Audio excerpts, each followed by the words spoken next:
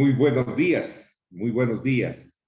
El privilegio de estar juntos nos alienta. Como siempre, reencontrémonos a través de las buenas nuevas, de las buenas de la misericordia, de las buenas de la sabiduría, de las buenas de la instrucción del Padre para con los hijos que anhelan y buscan en espíritu y en verdad. Roguémosle pues que Él nos acompañe en este tiempo precioso, en este reencuentro de los días sábados, de este día precioso en donde el Señor ha dispuesto para que sus hijos se acerquen con beneplácito y en paz. Así que con cada uno de ustedes el gozo sea manifiesto.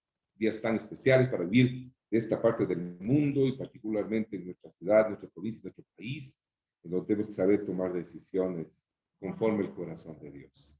Que Él sea guiándonos y guardándonos de toda perversidad. Así que yo les animo a que, ilusionados por sus palabras, nos enmarquemos en su misericordia, acercándonos al trono de gracia. Y roguémosle al Padre desde el secreto de nuestros corazones, que es donde Él se manifiesta. Padre bueno, Padre de misericordia, te reconocemos como único y verdadero, Rey de reyes, Señor de señores. Sí, Padre, a ti nos dirigimos en el privilegio que nos has dado a través del rocío de la sangre de tu Hijo desde el madero, Padre. Te agradezco, papá, de lo profundo de mi corazón, por esta tan grande generosidad que has tenido con nosotros, para con nosotros en nuestras casas, para nuestros seres queridos y cuanto el prójimo se acerca, y poder mostrar, Señor, de tu luz al mundo. Seas tú, pues, manifiesto en nuestros corazones y cómo no clamarte por los que de una u otra manera sus corazones afectados a través de pérdida, enfermedad, desolación, soledad aún. Tu presencia manifiesta, Padre. Le damos gracias por esta hora, por este tiempo. En el nombre de Yeshua, nuestro Mesías, en el nombre de Jesucristo, las naciones. Amén y amén. Nuestros respetos a todos los que anhelan reino. Y a la luz de la palabra, poder transitar en estos instantes. Son instantes. ¿Qué son estos instantes en que nos permite el Señor meditar en su palabra y refrescar las pisadas frescas del que pagó precio por nuestras vidas? Estar atento. Miren que esa diferencia sobrenatural entre la vida y la muerte.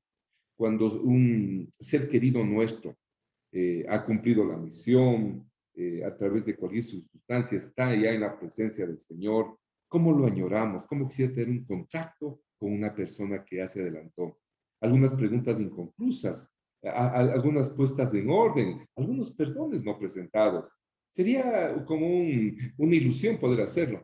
Miren, el que pagó por nosotros ya hace casi 2000 años o 2000 años, desde la cruz del madero. Ahí nos da la esperanza de esta conexión y poder hablar con Él. Porque cada vez que nosotros incursionamos en su palabra, empezamos a escuchar su voz, que tiene que ser audible en nuestro corazón. Realmente audible, porque nuestro corazón ya está sensibilizado para recibir. Entonces, en esas condiciones, poder conversar con el que vive, a pesar que pasó por el tormento de la muerte. Y que sin que Él haya sido merecido de eso, por amor a nosotros, por amor, pasó por ese tránsito y nos da la posibilidad de la vida eterna. En la lucidez de esto, entender el privilegio de que es estar de la mano del Hijo, de la mano de Jesús, de la mano de Yeshua, que es nuestro Redentor. Poder hablar con el Padre con generosidad directamente y estar atento a su mover, su mover. No sé si usted alguna ocasión ya lo ha pensado cuando perdió un ser querido, o sea, una persona que te estimaba mucho, quería mucho, y quedaron cosas sueltas. ¿Cómo no haberle preguntado usted con el Señor, con Jesús, con Yeshua? Puede directamente entablar esa conversación si quedaron dudas en su corazón y la firmeza de que Él vive y se manifiesta. Así que con ese preámbulo que el Señor pone cosas en el corazón del hombre y yo agradecido por su compañía, yo les animo a que incurramos, hemos llegado hasta el capítulo 8, según el Evangelio de Jonatán, de Juan, y con esta característica especial. Comienza este capítulo 8 de una manera muy especial, ¿no? De hecho, el capítulo anterior, recuerden que esta división de capítulos, versículos, solo es una métrica para el estudio, sino que a causa de nuestro desconocimiento absoluto, el Señor ha permitido. Y es de gran ayuda que estén los capítulos, versículos, porque nos permite acercarnos con rapidez a los textos. Es lo importante de esto y que tenemos que saber reconocer que es un atributo muy interesante que nos sirve a nosotros, ya que no fuimos formados dentro de la casa donde fue revelada toda esta palabra. Si usted encontraría un niño de la casa de Judá, que son los que son guardadores de esta palabra, un niño a los 14 años, lo mínimo que domina es que ya recita de memoria todo el Pentateuco. Imagínense, Salmos, Proverbios. ¿Cuánto de esto conocemos nosotros de memoria? Si bien estamos aprendiendo a percibir, tenemos unos textos saltados que nosotros memorizamos, porque no lo ejercitamos desde niños. Y de ahí la virtud de la instrucción para que esta palabra sea afirmada en el corazón de los hijos de nuestros hijos, en donde está nuestra esperanza. Si el Señor no viene antes. Entonces, cuando leemos este capítulo, inclusive le ponen los títulos, dice, cada uno se fue a su casa. Cuando dice, cada uno se fue a su casa, ¿quiénes fueron a su casa? Los que le estaban acusando. Para entender esto, tenemos que regresar un poquito al contexto del capítulo 7 que habíamos terminado. Habían mandado alguaciles a capturar a Yeshua. Y entonces hay una gran controversia. Y volvamos unos minutitos de retroceso. Regresemos hasta el versículo 45 de Juan 7, cuando dice, los alguaciles vinieron a los principales sacerdotes y a los fariseos, y estos le dijeron, ¿por qué no lo habéis traído? Se ya mandaron a traerle cautivo. Los alguaciles respondieron, jamás hombre alguno ha hablado como este hombre. Entonces los fariseos respondieron, ¿también vosotros habéis sido engañados?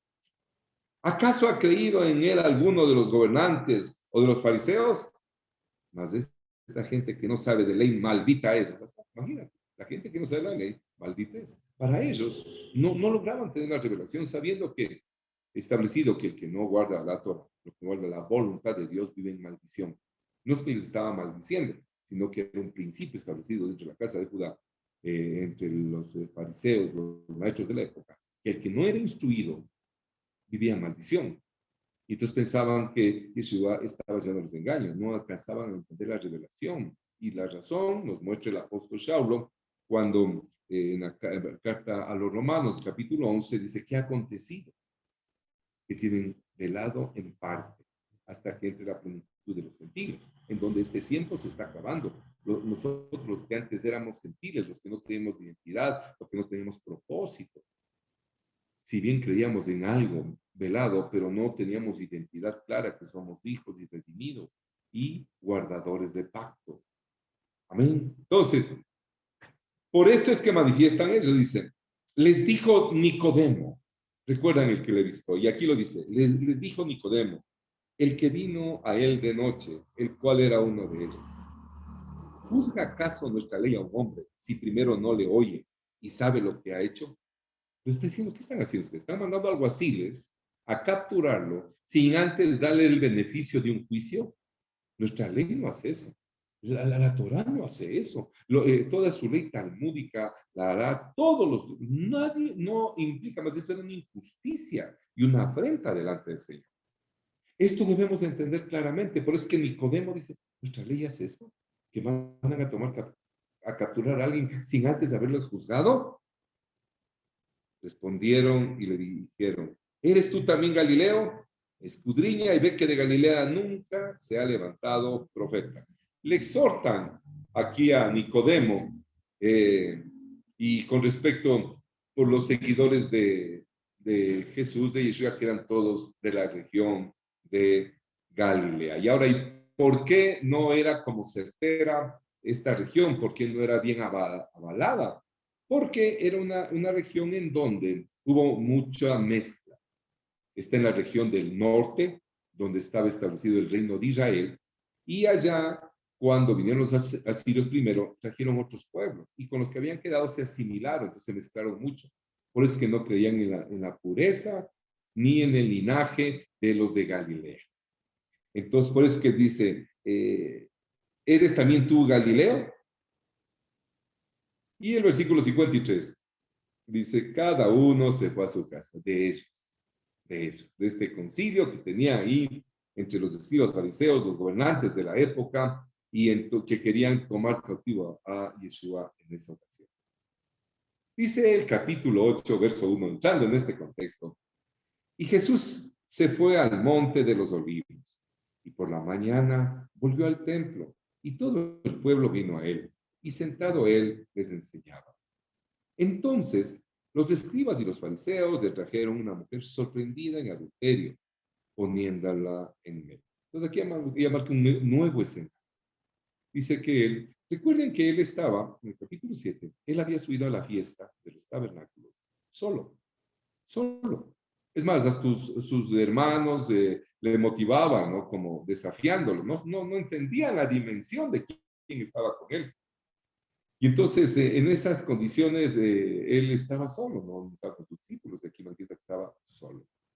Y por eso dice que se fue al lugar del Monte de los Olivos, ahí pernoctó, ahí en el Monte de los Olivos, con toda seguridad había algunas viviendas. De hecho, ahí había las extractoras del aceite del olivo. Entonces, de hecho, pero él era como su lugar preferido para sus tiempos de oración y todo, el aparcamiento. Entonces, cuando le traen estos escribas de fariseos, dice a una mujer sorprendida en adulterio, poniéndola en medio, le dijeron, maestro, esta mujer ha sido sorprendida en el acto mismo de adulterio. Y en la ley nos mandó Moisés apedrear a tales mujeres. Tú, pues, ¿qué dices? Entonces, que entendamos el contexto. Ahora, hay algunos, y en algunas Biblias de estudio, manifiestan que este pasaje nunca, pero la mayoría de las Biblias vienen desde un contexto de unos textos de estas cartas traducidas al griego, que las tienen como originales, siendo que estas cartas, por vestigios, fueron escritas en el idioma natural del pueblo en que se desenvolvía el Señor, que era el pueblo judío, y en un idioma que ellos, en un lenguaje que ellos practicaban, que era el arameo. Y todas estas cartas eran escritas entre ellos y el testimonio entre ellos. Por eso, el texto arameo sí da testimonio de esto. Son textos resguardados que en algún momento tuvieron acceso para la traducción y ustedes miren, han pasado 2000 años de esto, 2000 años, para cuando pasó esto, digamos 1900 años, cuando fue escrito en el primer siglo este tipo de cartas y fueron precarteladas. Y lo interesante, lo precioso de esto, es siendo que había hombres celosos que guardaban, como guardaron todo lo que es para nosotros el Antiguo Testamento, a través de los profetas, los diferentes rollos, lo que conocemos como el Nuevo Testamento es manifiesto de la misma manera. El Señor puso celos sobre las cartas y sobre estos testimonios conocidos como evangelios. Entonces, retomando el hecho de que este pasaje no esté en algunas traducciones. Entonces, ¿qué dice? Que traen a esta mujer adúltera y la ponen en medio y le inducen para que él emita un juicio. Le inducen para que él emita un juicio con respecto a lo que estaba escrito en la ley. Y le traen a la mujer. Y le hacen la referencia de la ley. Cabe recalcar algunas condiciones. Dice, más esto, versículo 6, decían tentándole para poder acusarle. Pero Jesús, inclinado hacia el suelo, escribía en tierra con el dedo. Y como insistieran en preguntarles, se enderezó y les dijo, el que de vosotros esté sin pecado, sea el primero en arrojar la piedra contra él. Y esta condición era muy interesante. Y es algo que es un principio. Por eso es que no rechazamos el contexto de esto y no dudamos de la procedencia, porque el mensaje, la línea es clara, misericordia. No juzgue, no critique, no condene para que no sea juzgado, criticado ni condenado. Este principio establecido es lo que nos anima y nos recuerda. Entonces, si fuéramos al texto, lo que decía la ley, lo que dice la palabra del Señor para con nosotros, está en una referencia a Levítico capítulo 20, verso 10, que vale la pena que reflexionemos. Vayamos por un minutito. Levítico, libro de Levítico, capítulo 20, el verso 10. Entonces, ¿qué dice cuando se encuentra el acto? Dice que está en pleno acto de adulterio, pero llama la atención aquí una condición. Querían tentarle al Señor. Levítico capítulo 20, verso 10 dice, si un hombre cometiere adulterio con la mujer de su prójimo, el adúltero y la adúltera indefectiblemente serán muertos. Dice la palabra. Ahora, lo que llama la atención acá es que si estaba en pleno acto de adulterio, ¿dónde estaba el hombre?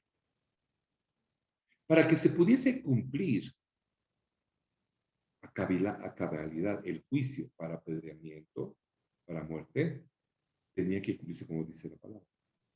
¿Por qué cogieron a la mujer y no le trajeron al hombre? Buena reflexión, ¿verdad? Y lo mismo va a decir Deuteronomio en el capítulo 22. Deuteronomio, mismo nuestras Biblias, bueno, los que tienen electrónica la dominan. Yo me sigo apasionando con las de papel, digo yo. Este escrito nos ayuda mucho esto, nos va a dar muchísimas luces en entender esta propia, ¿no?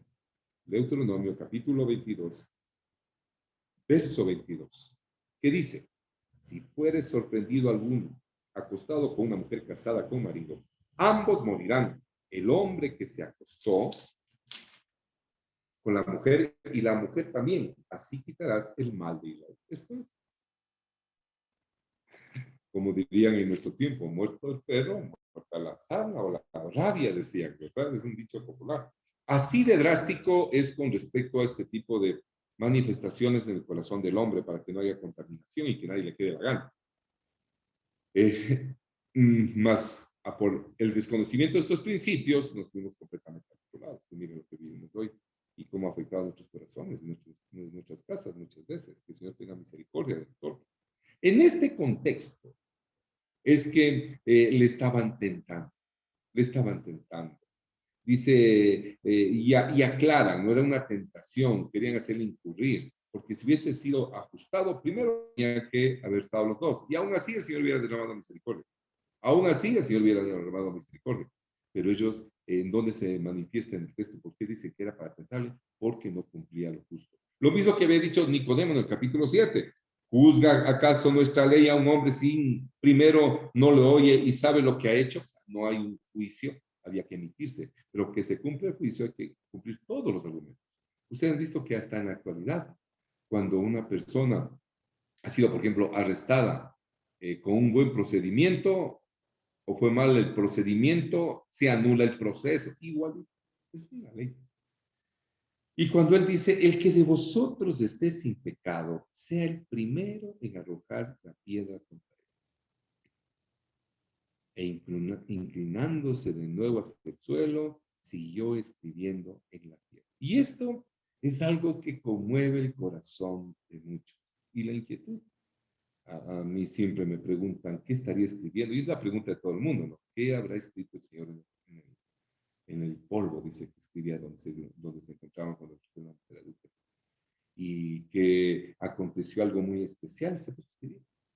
Y esto de que escribir, encontramos algunas analogías en la palabra de Dios sobre que Dios escribió. Cuando se narra la vida de Yeshua, solo se narra sus manifestaciones, lo que él dijo, pero nunca dice que él escribió. Muchas veces dice, y él alzando los ojos les enseñaba.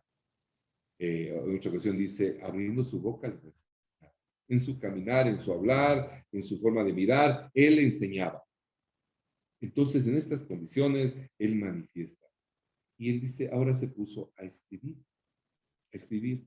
Y de todo lo que se manifiesta de él, nada de los textos bíblicos dice, y él, esto escribió él. Él dice aquí, él dijo.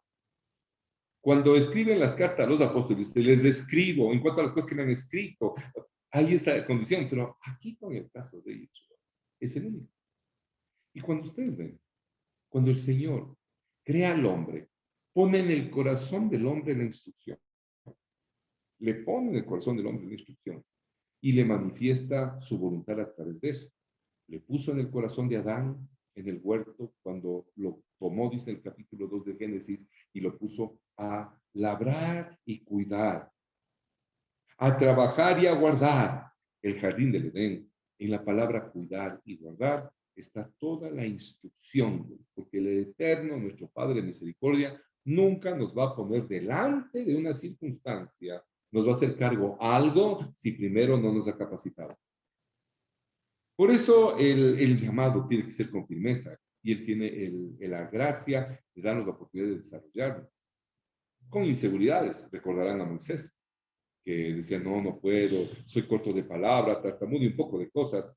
Y entonces el Señor dijo, listo, ahí le pongo a Aarón. Y Aarón era el vocero. Y después el mismo Moisés ya hablaba. Ya el Aarón estaba ahí acompañándole, como marcándole la condición. Es así esto. Pero esto del dedo es impresionante, porque siendo que fue instruido, el pueblo se olvidó, pero percibía, o sea, percibía. Por eso nosotros tenemos que estar constantemente en la meditación de la palabra, pero consciente, piadosamente. Bien hacía un hincapié Carlitos en la instrucción previa, a partir de la manera que él decía que si dedicamos un tiempo al estudio de la palabra, que sea para estudiar, que un estudio que queda grabado o una enseñanza no sea un método de compañía, como poner música para hacer las cosas, sino que realmente le dediquemos el tiempo adecuado para poder percibir. ¿Cuánta enseñanza? El Señor sigue hablando a través de la juventud y debemos estar atentos. Nos falta a los que vamos para ancianos percibir todas estas cosas con nuestra obra. En eso estamos, en eso estamos. Entonces aquí todas estas condiciones se van dando de este acontecimiento. Cuando el hombre se pervierte, guarda a uno con temor en el corazón y la santidad, Noé. Y después de Noé, en su descendencia, a Abraham. Y el Señor da testimonio que él guardó. Ahí en el capítulo 26, del verso 5 del Génesis, nos dice, por cuanto Abraham guardó, sí, puso por obra mis mandamientos, mis preceptos, mis conceptos, yo lo bendeciré. Por eso te voy a bendecir a ti, cuando le dice a su hijo Isaac. Entonces, todo este hilo mantiene esta condición. Y después, cuando el pueblo ya ha hecho una familia, a través de la descendencia de Isaac, de Jacob, entra a Egipto, se acostumbra en Egipto y entrando como privilegiados terminan como esclavos, al ser libertados a través de Moisés, les da los mandamientos, los principios, las leyes de la misericordia, conocidos como los 10 mandamientos, las 10 máximas. Y en esa condición, en las tablas de piedra, él escribió con el dedo. Con su dedo, las tablas cuando Moisés bajaba y encontró en desvarío al pueblo, en adulterio, porque habían hecho un becerro de oro. Fue cuando quebró esas tablas. Segundo acontecimiento de que escribió el Señor. Y hay uno que está guardado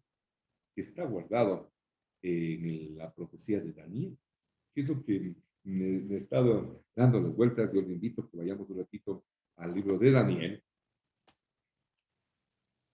la profecía de Daniel, y descubramos esto, y a muchos ya se van a acordar en qué momento es que asomó el dedo de Dios. ¿Sí? Capítulo 5 de Daniel. Vale la pena, vale la pena. De hecho, había sido destruido. Daniel está en la expresión de los 70 años. Había muerto Nabucodonosor y le sucedió su hijo Belsasar. Belsasar se acordó de algo, que cuando fueron y cautivaron a Jerusalén, se vinieron trayendo los utensilios del templo, los utensilios del pueblo.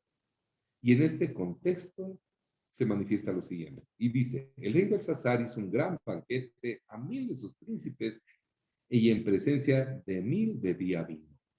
Belsasar, con el gusto del vino, mandó que trajesen los vasos de oro y de plata que Nabucodonosor su padre había traído del templo de Jerusalén para que bebiese en ello el rey y sus grandes, sus mujeres y sus concubinas.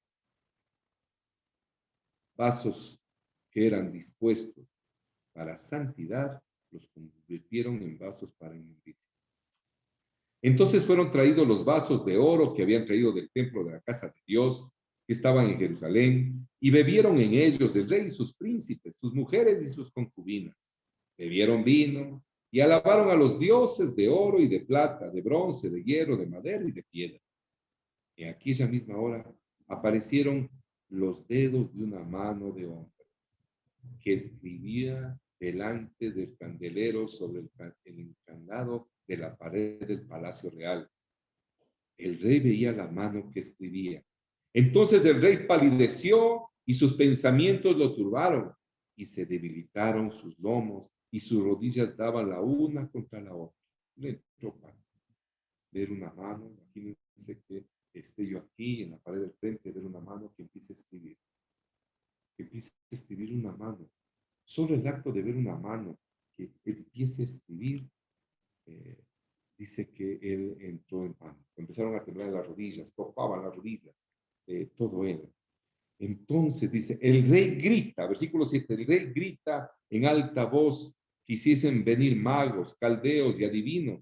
Y dijo el rey a los sabios de Babilonia, cualquiera que lea esta escritura y me muestre su interpretación, será vestido de púrpura y un collar de oro llevará en su cuello y será el tercer señor en el reino. Entonces fueron introducidos todos los sabios del rey, pero no pudieron leer la escritura ni mostrar al rey su interpretación. Entonces el rey Belsasar se turbó sobremanera y palideció y sus príncipes estaban perplejos. La reina, por las palabras del rey y de sus príncipes, entró en la sala del banquete y dijo, rey, vive para siempre, no te turbes tus pensamientos ni palidezca tu rostro. En tu reino hay un hombre en el cual mora el espíritu de los dioses santos.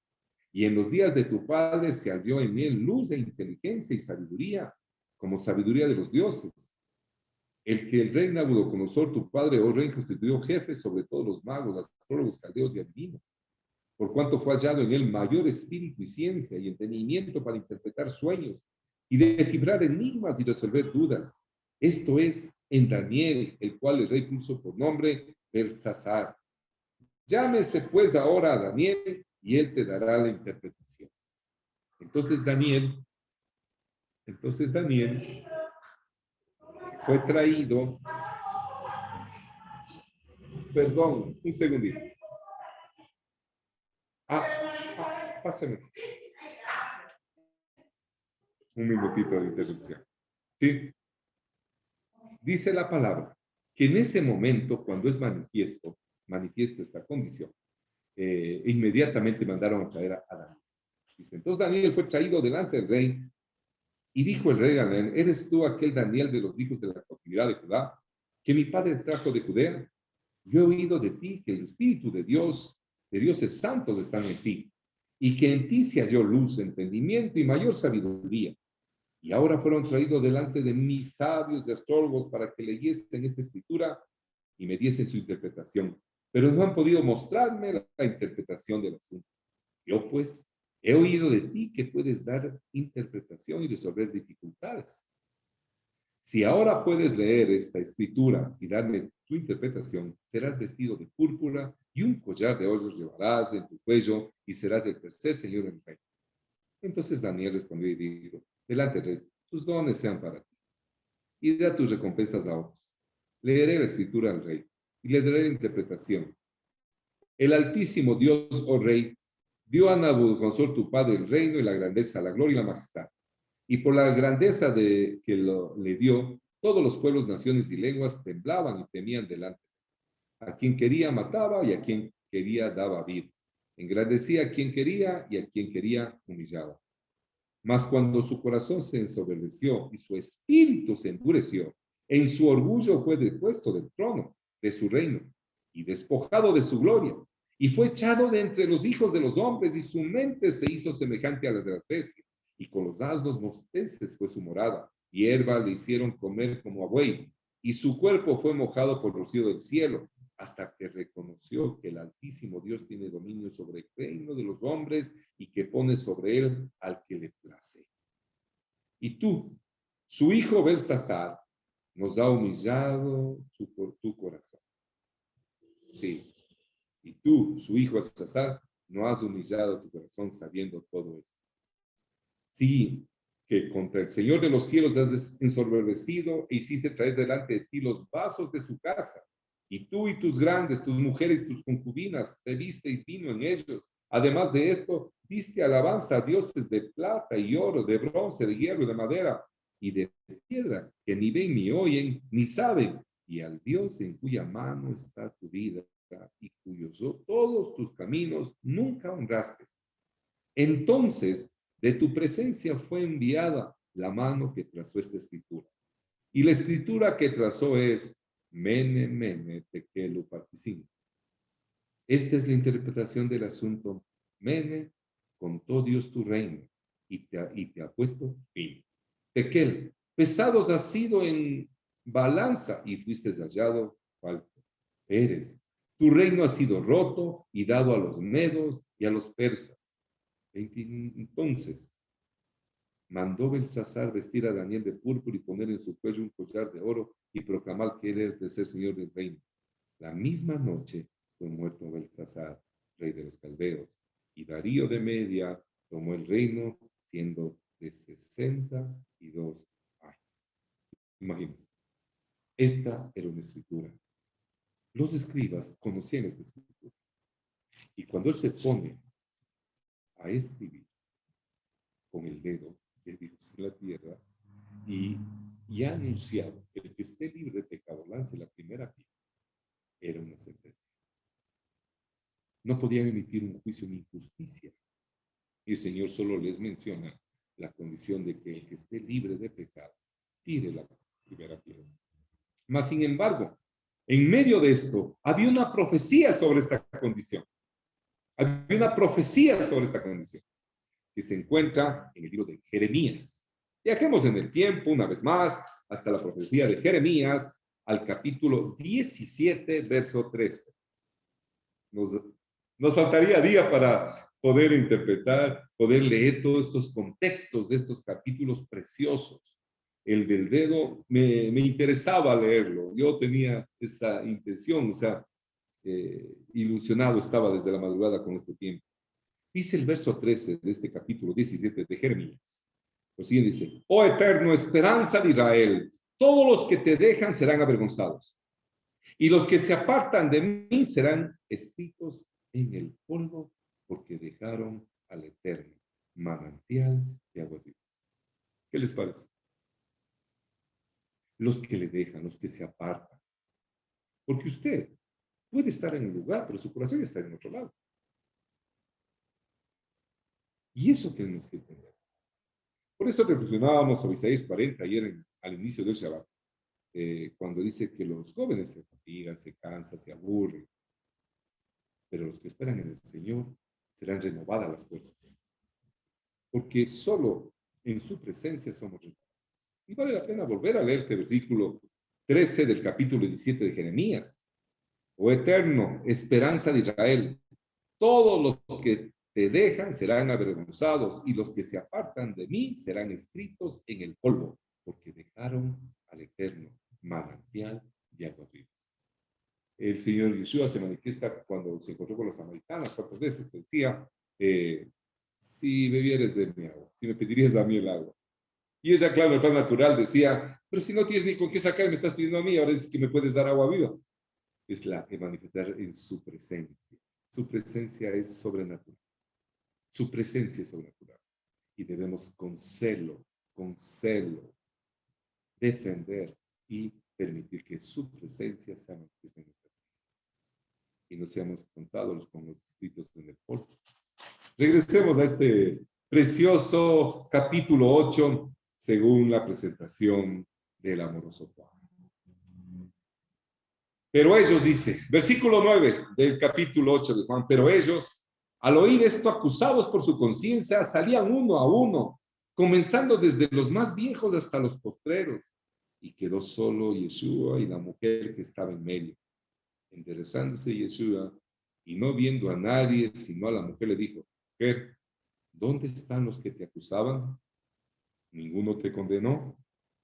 Ella dijo, ninguno, Señor. Entonces Jesús le dijo, ni yo te condeno. Vete y no peques más. Vete y no peques más. Esta condición clara de la traducción de la palabra peques, no transgredas más, no vuelvas a hacer eso. Que si es que nosotros no constantemente estamos buscando de su manifestación, va a ser difícil que nosotros sostengamos una lucha contra el pecado que nos asedia. Y esto de no peques más debe ser en nuestras vidas una condición, pero firme, firme, firme.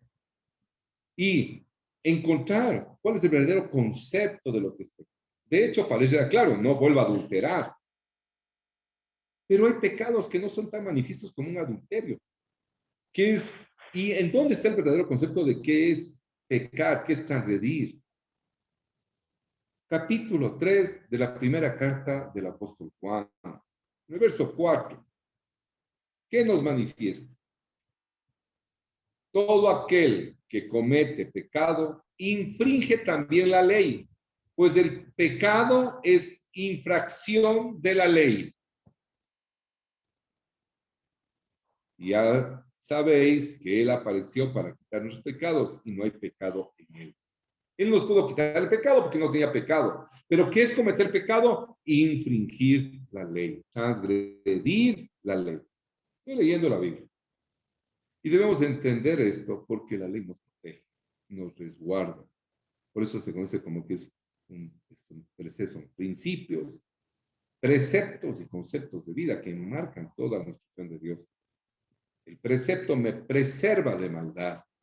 Si yo con corazón generoso, con ese corazón que nos ha sensibilizado, pongo por obra su mandato.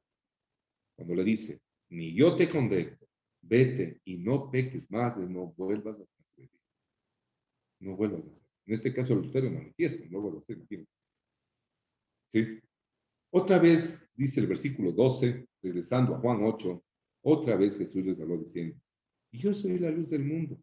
El que me sigue no andará en tinieblas, sino que tendrá luz de la vida.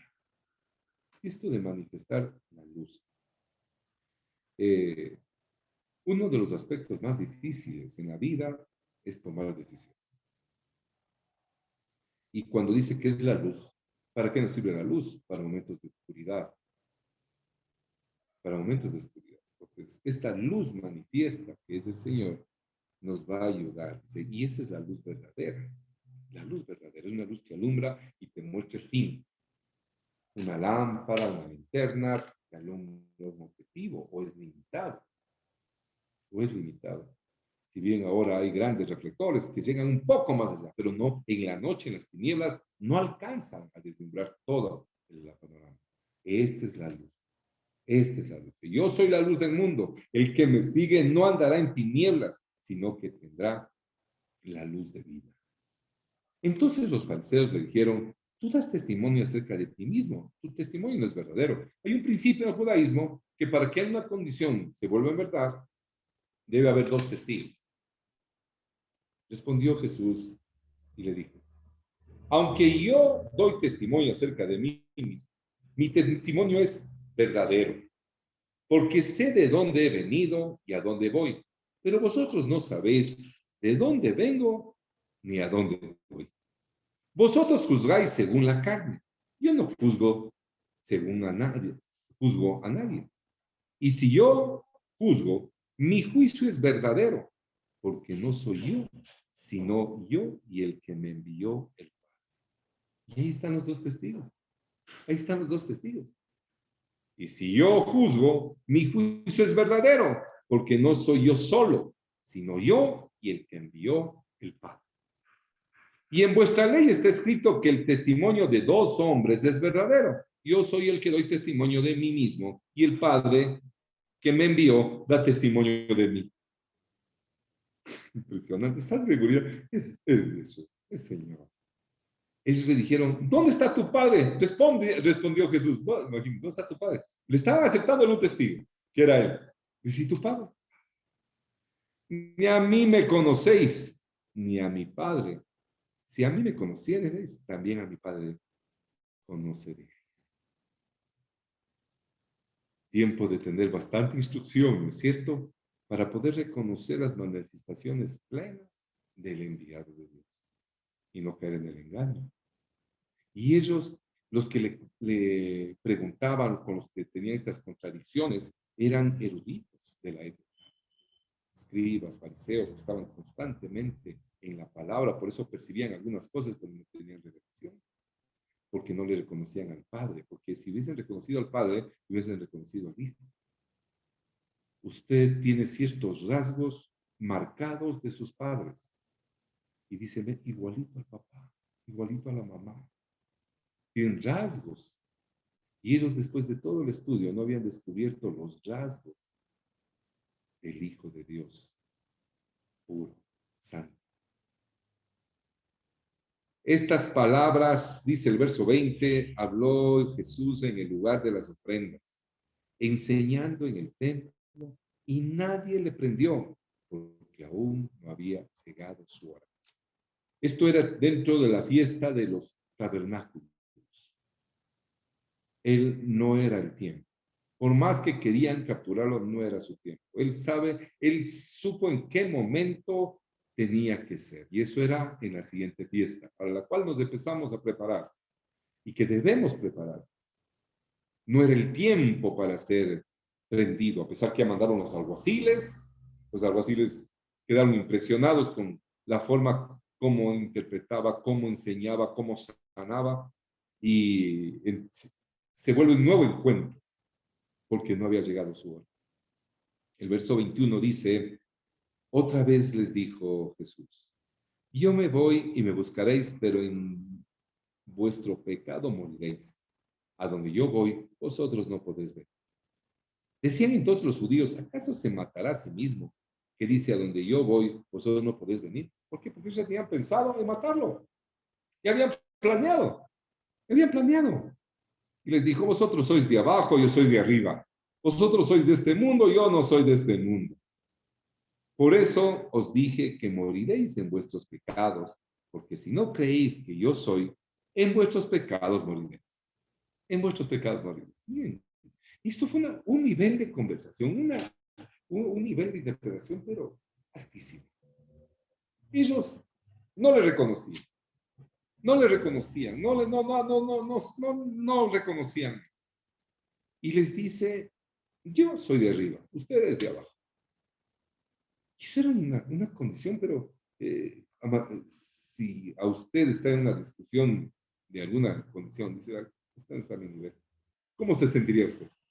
Usted es de abajo, yo soy de arriba. Es un orgullo, una altivez impresionante, pero tiene la autoridad pura, la santidad absoluta. Por eso que les dice, ustedes van a morir en sus pecados.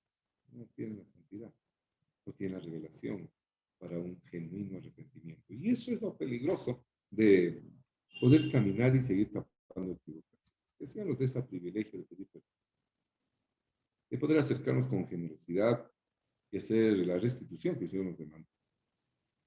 Que caminemos en la firmeza y que evitemos el juicio sobre nuestras vidas. Y más aún ahora. Y para mí hay hasta temor que esto quede grabado y todo esto. Son palabras que quedan escritas y que anhelo que a alguien le sirva esta reflexión. Juzgar con justos juicios, dice esto. Y los únicos justos juicios que uno puede emitir es los que están pesados a la luz de la palabra. No vienen de los deseos, ni los apetitos, ni las inclinaciones de pensamiento de los hombres, sobre los hombres, sino sobre toda condición debe estar la absoluta soberanía de Dios. Que el Señor nos guarde. Por eso os dije que moriréis de vuestros pecados, dice el verso 24. Porque si no creéis que yo soy, en vuestros pecados moriréis. Entonces le dijeron, ¿tú quién eres? Entonces Jesús les dijo, lo que desde el principio os he dicho. Muchas cosas tengo que decir y juzgar de vosotros, pero el que me envió es verdadero. Y yo lo he oído De él esto hablo al mundo. Pero no entendieron que les hablaba del Padre. Les dijo pues Jesús: cuando hayáis levantado al Hijo del Hombre, entonces conoceréis que yo soy. Que nada hago por mí mismo, sino que según me enseñó el Padre, así hablo. Porque el que me envió conmigo está. No me ha dejado solo el Padre, porque yo hago siempre lo que le haga. Hablando él estas cosas, muchos creyeron en él. Muchos, todos eran judíos, muchos creyeron en él. Dijo entonces Jesús a los judíos que había creído en él: si vosotros permaneciereis en mi palabra, seréis verdaderamente mis discípulos y conoceréis la verdad, y la verdad os hará libres. Dice, había muchos seguidores dentro de la casa de Judá, dentro de esta casa que era convertida entre Judá y Benjamín, que se habían asimilado. Y dice que muchos le respondieron: linaje de Abraham somos, y jamás hemos sido esclavos de nadie. ¿Cómo dices tú, seréis libres? Y de esas condiciones, ¿no? Porque para este tipo de pensamientos es que el Señor les decía que hipócritas, vean primero la viga que carga en sus ojos antes de ver la paja en el ojo ajeno. Y de hecho, la vida misma del pueblo de Israel ha estado acompañado de esclavitud. Cuando fueron constituidos como una gran familia, vivían en la libertad, cuando Isaac aún vivía. Y ahí después Jacob, manifiesto en libertad, entraron en cautividad a causa de que vendieron uno de sus hermanos, pero experimentaron libertad aún en Egipto al inicio. Pero de allá para acá fueron esclavos en Egipto.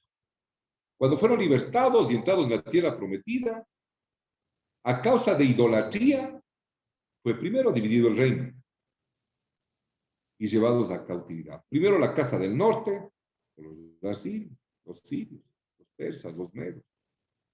Habían llegado los griegos y para cuando decían que no han sido esclavos nunca, los romanos los tenían de esclavos. Entonces, primero siempre negaban una esclavitud que era manifiesta. Y cuando el Señor les exhorta de esta manera, Él está tocando los puntos claves para que despierten y reconozcan la esclavitud en que vivían. Dice el verso 34, Jesús les respondió: de cierto os digo que todo aquel que hace pecado, esclavo es del pecado. O sea, los libertó de la esclavitud de los que lo dominaron y les llevó al plano del alma, del espíritu, en donde mantenemos esclavitud sobre ciertas inclinaciones a causa de la dureza del corazón, que resistimos a obedecer al Padre a través de la instrucción. Esclavos del pecado. Y el esclavo no queda en la casa para siempre, el Hijo sí queda para siempre. Así que, si el Hijo os libertare, seréis verdaderamente libres. Sé que sois descendientes de Abraham, pero procuráis matarme, porque mi palabra no haya cabido en vosotros. Yo hablo lo que he visto cerca del Padre, y vosotros hacéis lo que habéis oído cerca de vuestro Padre. Y está aquí hablando de las cosas profundas.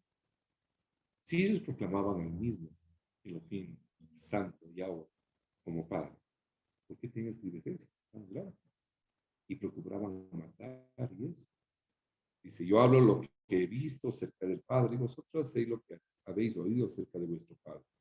Debería su verdadera fuente, la hipocresía, la maldad, la envidia, el engaño, el mismo Satanás, el diablo, padre de ellos. Y aquí lo manifiesta. Respondieron y dijeron, nuestro padre es Abraham. Jesús le dijo, sí. Versículo 39. Pues es hijos de Abraham, las obras de Abraham haríais. Pero ahora procuráis matarme a mí, hombre que os ha hablado la verdad, la cual he oído de Dios. ¿No hizo esto Abraham? Vosotros hacéis las obras de vuestro padre. Entonces dijeron, nosotros no somos nacidos de fornicación. Un padre tenemos, que es Dios. Y claro, era una forma de discutir y de pelear y de ofenderle al Señor. Porque dentro del ámbito donde él creció, ya se había corrido la voz que no era hijo de José. Ya se había conocido eso. Y entonces eso de que era hijo del espíritu, del Ruach HaKodesh, no era algo muy aceptado. sí es uno de los dogmas más grandes dentro de los que son derribados a causa de la presencia en nuestros corazones. Al leerlos y solo la misericordia que pone una paz sobrenatural nos da la revelación de aceptarlo como una absoluta verdad, al igual en la creación de los cielos. Esa es la fe, ahí está la transformación. Pero para ellos no lo aceptaban. Inclusive, no me he visto, no he alcanzado a descubrir, he escuchado a maestros que manifiestan que hay unos textos dentro del judaísmo en donde se manifiesta que Yeshua era fruto de un encuentro o un romano de parte de mí. Entonces, por eso es que dice, entonces le dijeron, nosotros no somos nacidos de fornicación, un padre tenemos que es Dios. Jesús entonces les dijo, versículo 42, si vuestro padre fuese Dios, ciertamente me amaríais, porque yo de Dios he salido y he venido, pues no he venido de mí mismo, sino que Él me envió. ¿Por qué no entendéis mi lenguaje? ¿Por qué no podéis escuchar mi palabra? Vosotros sois de vuestro padre el diablo, y los deseos de vuestro padre queréis hacer. Él ha sido homicida desde el principio, y no ha permanecido en la verdad, porque no hay verdad en él. Cuando habla mentira, de suyo habla, porque es mentiroso y padre de mentira. Y a mí, porque digo la verdad, no me creéis. ¿Quién de vosotros me redarguye de pecado? Pues si digo la verdad, ¿por qué vosotros no me creéis? El que es de Dios, las palabras de Dios oye. Por esto no las oíd vosotros, porque no sois de Dios. Esto a un nivel impresionante y una confrontación. Y eso es una cosa que el Señor les aclaraba absolutamente y les decía con tal libertad, ustedes son hijos del diablo. Porque todo el que tiene en su corazón el homicidio, la muerte, las maledicencias, tiene una fuente. Y de ahí que nosotros tenemos que renovar tanto tenemos que renovar nuestro entendimiento para que expuestos a prueba, eso sea renovado y la presencia misma del Padre y el Hijo en nuestras vidas sea dando ese fruto que tanto anhelamos. Pero fruto de un constante y continuo permanece en su presencia. Dice el verso 48, respondiendo entonces los judíos le dijeron, decimos bien nosotros que tú eres samaritano y que tienes demonio. Respondió Jesús, yo no tengo demonio, antes honro a mi Padre y vosotros me deshonráis. Pero yo no busco mi gloria. Hay quien la busca y juzga. De cierto os digo, que el que guarda mi palabra nunca verá muerte. Y ella los libertó. Ella los libertó. Y ya más bien le está dando la salida. Y aquí se aplica un principio de que usted siempre déjele la salida, no lo acorrale. Preséntele la verdad, confróntela con la verdad, pero déle una oportunidad. Y eso es lo que estaba haciendo el Señor. De cierto os digo que el que guarda mi palabra nunca verá muerte. Le está dando una posibilidad. Dice entonces los judíos le dijeron, ahora conocemos que tienes demonio. Abraham murió y los profetas, y tú dices, el que guarda mi palabra nunca sufrirá muerte. ¿Eres tú acaso mayor que nuestro padre Abraham, el cual murió, y los profetas murieron? ¿Quién te haces a ti mismo? Respondió Jesús, si yo me glorifico a mí mismo, mi gloria nada es. Mi Padre es el que me glorifica, el que vosotros decís que es vuestro Dios. Pero vosotros no le conocéis, mas yo le conozco. Y si dijere que no le conozco, sería mentiroso como vosotros. Pero le conozco y guardo su palabra. Abraham, vuestro padre, se gozó de que había de ver mi vida, y lo vio, y se gozó. Entonces le dijeron los judíos, ¿aún no tienes 50 años y has visto a Abraham? Nunca entendieron. Y Jesús les dijo, de cierto os digo, antes que Abraham fuese, yo soy.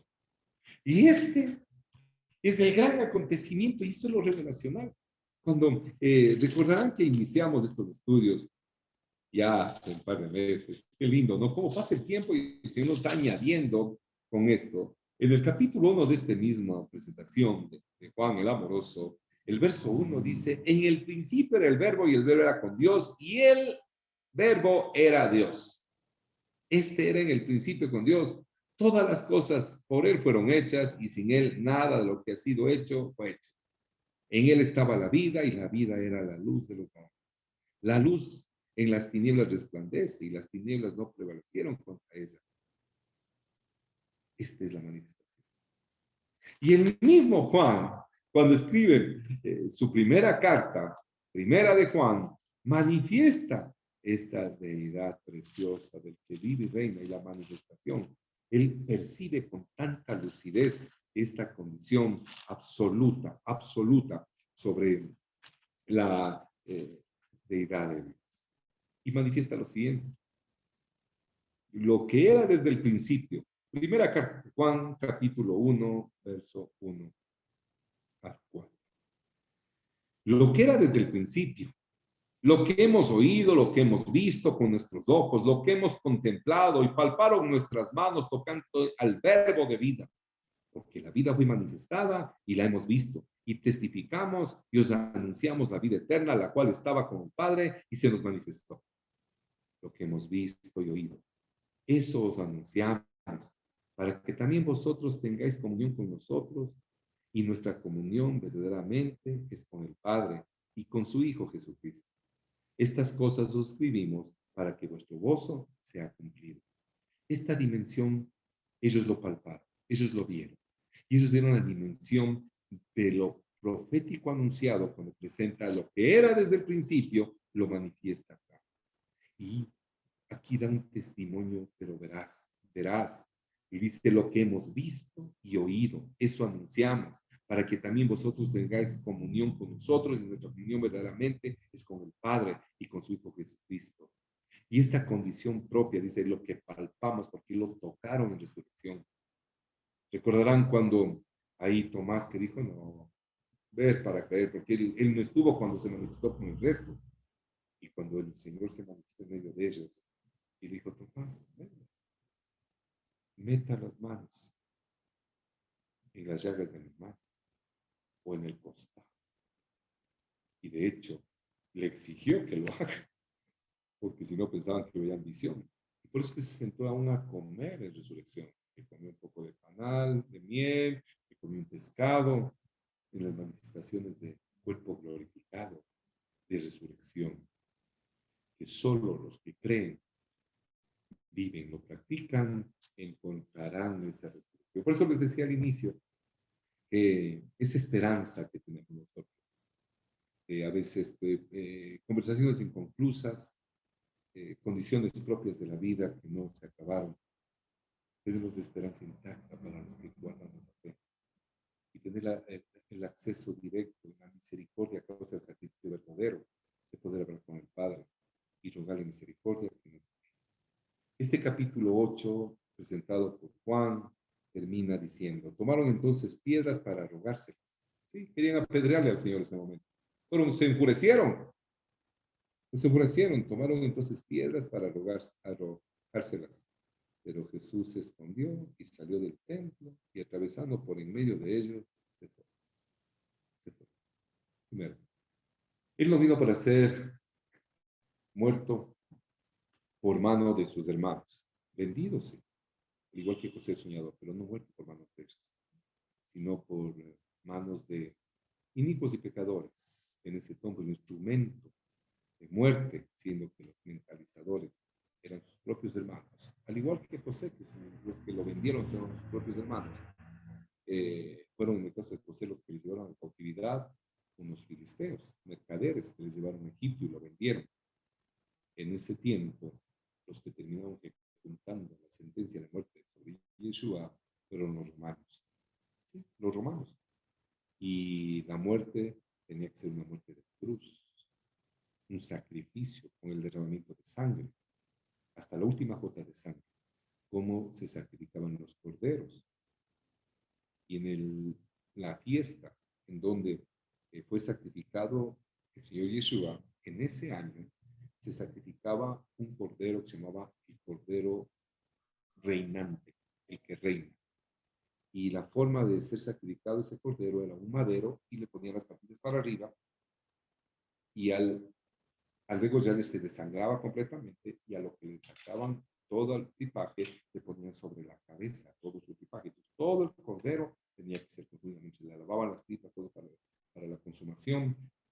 Por eso se llamaba el cordero reinante. ¿Verdad?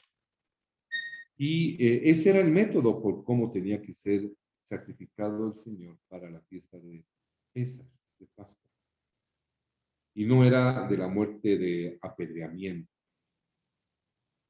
no era el tiempo. Él tenía dominio sobre su vida. ¿Cómo han sido las circunstancias? Ni Hollywood alcanza a entender estas dimensiones de esta condición. Le fueron velados los ojos y pasó, dice, se escondió y salió del templo y atravesando por en medio de ellos se fue. Él sabe cómo resguarda su pueblo, al igual que cómo se resguardó hasta que se cumplen los tiempos. Estamos viviendo tiempos difíciles, difíciles. Y lo sabemos que son tiempos peligrosos, difíciles, lo que estamos viviendo. Y que tenemos que tener una lucidez absoluta para saber discernir los tiempos.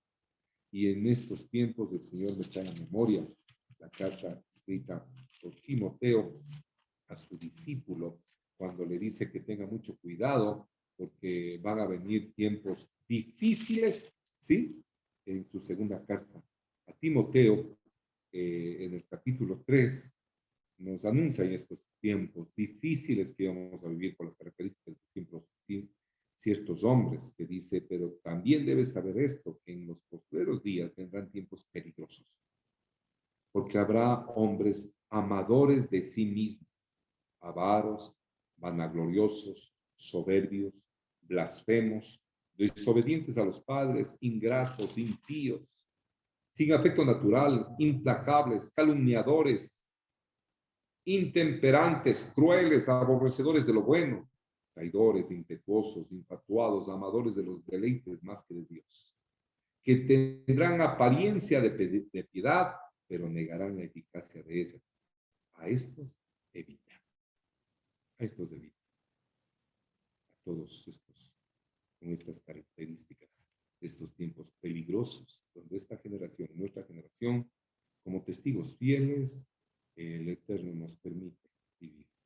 Que cada uno de nosotros levantemos este estándar, que seamos como los judíos que permanecieron siguiendo a Yeshua en esa época.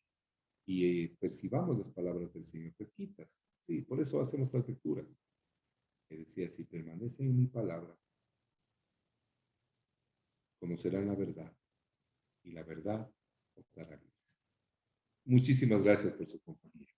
No quisiera despedirme sin rogarle al Padre que nos guarde y nos prepare para el siguiente tiempo, porque este es el día del Señor. Este es el día, este es el día de una gran fiesta y de grandes acontecimientos. Y cada presentación de la palabra es para el sustento, el alimento del pueblo. Cuando usted va a un gran acontecimiento, una gran feria, ¿sí? Que hay las novedades de feria, es una fiesta. Entonces aquí hay un vehículo donde hay ciertas condiciones, cosas de la tecnología que ha desarrollado, hay otra cosa de otras cosas, por acá hay alimentos, y es una gran fiesta. En este día de gran fiesta, desde la noche de ayer ya se manifestó un alimento y un acontecimiento.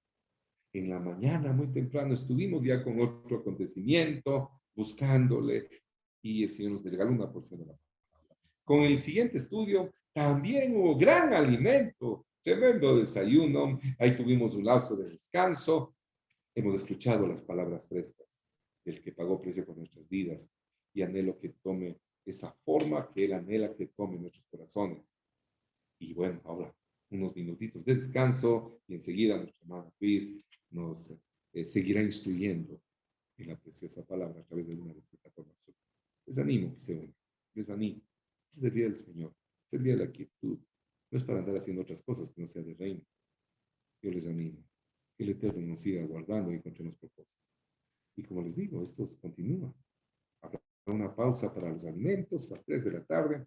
Estaremos reconectándonos, todo un equipo que atiende a los niños, a los jóvenes, a través de la plataforma Zoom de congregación, uniéndolos y instruyéndolos y ayudando a los padres. en este gran oficio de llevar la palabra a hijos y a los hijos de los hijos. Y si el Eterno nos añade estos instantes preciosos de su día, nos dará la oportunidad de reencontrarnos a partir de las 5 de la tarde en el gran cielo.